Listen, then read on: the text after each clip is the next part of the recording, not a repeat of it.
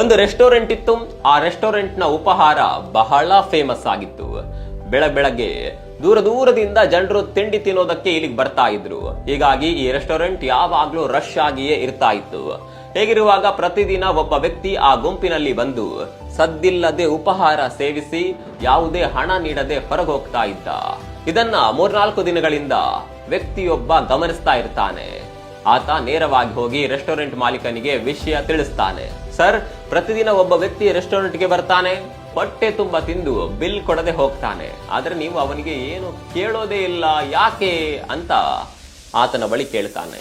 ಆಗ ಮಾಲಕರು ಮುಗುಳ್ನಗುತ್ತಾ ಹೇಳ್ತಾರೆ, ನೀನು ನನಗೆ ಇದನ್ನ ಹೇಳಿದ ಮೊದಲ ವ್ಯಕ್ತಿ ಅಲ್ಲ. ಆ ವ್ಯಕ್ತಿ ಬಗ್ಗೆ ನನಗೆ ಮೊದಲ ಬಾರಿಗೆ ತಿಳಿದಾಗ ನಾನು ಅವನನ್ನ ಹಿಂಬಾಲಿಸಿದೆ. ಆತ ಸಿಗ್ನಲ್ ನಲ್ಲಿ ಭಿಕ್ಷೆ ಕೇಳುತ್ತಿರುವುದನ್ನ ನಾನು ನೋಡಿದೆ. ಇನ್ನೊಂದು ದಿನ ಆತ ರೆಸ್ಟೋರೆಂಟ್ ನ ಹೊರಗೆ ನಿಂತು ಕೈ ಜೋಡಿಸಿ ದೇವರನ್ನ ಪ್ರಾರ್ಥನೆ ಮಾಡ್ತಾ ಇದ್ದ. ಓ ದೇವ್ರೆ, ಇವತ್ತು ಕೂಡ ಈ ರೆಸ್ಟೋರೆಂಟ್ಗೆ ರಾಶಿ ಜನರನ್ನ ಕಳಿಸು. ಇದರಿಂದ ನಾನು ಸದ್ದಿಲ್ಲದೆ ತಿಂಡಿ ತಿಂದು ಹೋಗಬಹುದು. ಹಸಿವಿನಿಂದ ಪಾರು ಮಾಡು ದೇವ ಅಂತ ಪ್ರಾರ್ಥನೆ ಮಾಡ್ತಾ ಇದ್ದ. ಬಹುಶಃ ಅವನ ನಿಷ್ಕಲ್ಮಶ ಪ್ರಾರ್ಥನೆಗಳಿಂದಲೇ ದೇವರು ಇಲ್ಲಿಗೆ ಇಷ್ಟೊಂದು ಗ್ರಾಹಕರನ್ನ ಕಳಿಸ್ತಾ ಇರಬಹುದು ಅಲ್ವಾ ಅಂತಾನೆ. ಎಂತಹ ಮಾತು ಅಲ್ವಾ.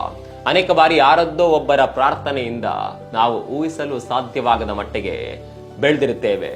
ನಮ್ಗೆ ನಂಬಿಕೆ ಇರಬೇಕು ಅಷ್ಟೇ. ಈ ಕತೆ ಬಗ್ಗೆ ನಿಮ್ಗೆ ಏನನ್ಸುತ್ತೆ ಕಾಮೆಂಟ್ ಮಾಡಿ.